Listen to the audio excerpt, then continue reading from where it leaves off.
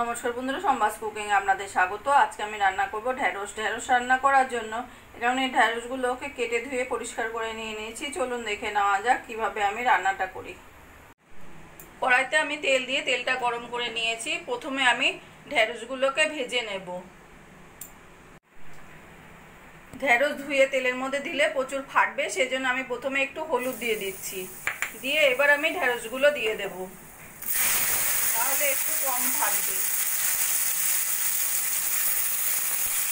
সব ঢেঁড়সগুলোই দিয়ে দিয়েছি, আর দিয়ে দেবো সামান্য নুন।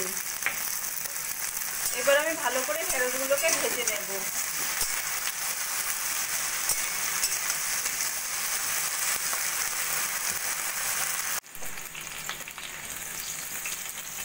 ঢেঁড়স আমি খুব ভালো করে ভেজে নিয়েছি। এবার আমি ঢেঁড়সগুলোকে তুলে রাখবো।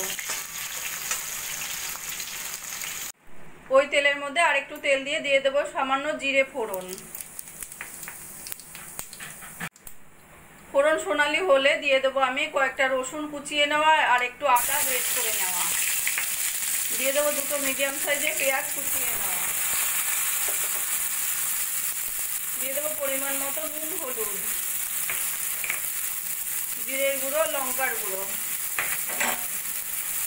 ভালো করে মশলাটা কষিয়ে নেব।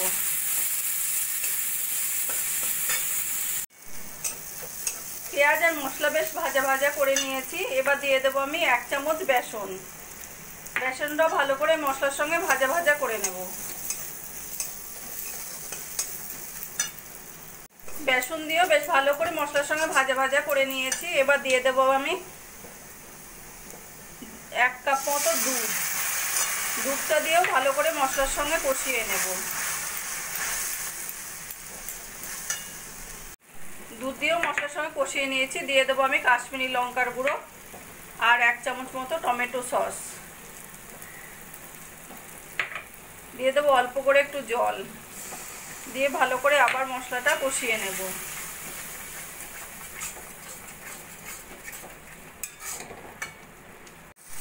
জল দিয়েও খুব ভালো করে মশলাটা কষা কষা করে নিয়েছি। এবার দিয়ে দেবো আমি অল্প একটু গরম মশলার গুঁড়ো আর দিয়ে দেবো পরিমাণ মতো জল।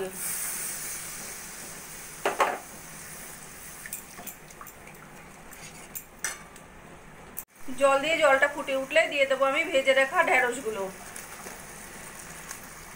ঢেঁড়স দিয়ে আর বেশিক্ষণ রান্না করার দরকার নেই, কারণ ঢেঁড়স ভাজাতেই সিদ্ধ হয়ে গেছে। আর অল্প একটু 2-3 মিনিট মতো সিদ্ধ করে নিলেই হয়ে যাবে।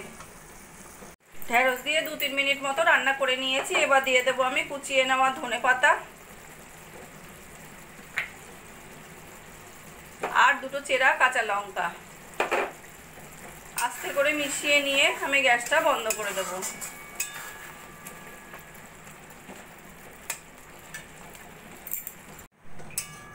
বন্ধুরা, আমার রান্নাটা যদি ভালো লাগে প্লিজ লাইক করবেন আর কমেন্ট করে জানাবেন কেমন লাগলো। আর আমার চ্যানেলে যদি নতুন হয়ে থাকেন সাবস্ক্রাইব করবেন প্লিজ। আর আমার ফেসবুক পেজ থেকে যদি দেখেন ফলো করবেন প্লিজ।